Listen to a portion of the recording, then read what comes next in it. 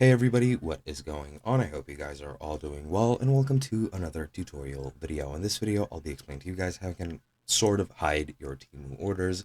So let's get right into it. Now, you cannot completely hide your orders. They will always be visible to some extent. However, there is a method which you can use. Now, I currently don't have any orders in my order history, so I can't really show you hands-on how to do it. However, I'll do my best explaining it by word, and you should be able to get it and figure out how to do it yourself.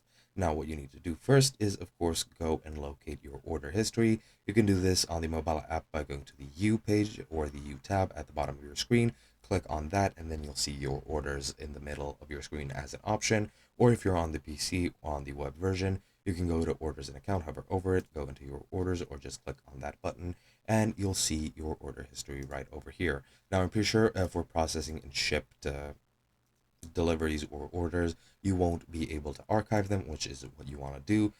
But for delivered ones, you can 100% do it. You might be able to do it for shipped and processing ones. Not 100% sure, but I don't think you can.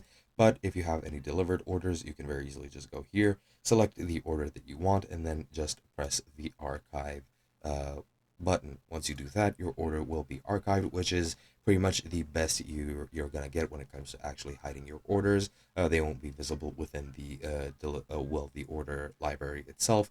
However, it will be still placed in the archive, which you can then access in the future, and that is pretty much the only way there is of achieving that, and that's pretty much it. There's really nothing else I can add. Sadly, there is no better way to hide your orders, so you're just gonna have to deal with archiving them, and that is pretty much it. Hope you guys enjoyed, and I'll be seeing you guys in another video.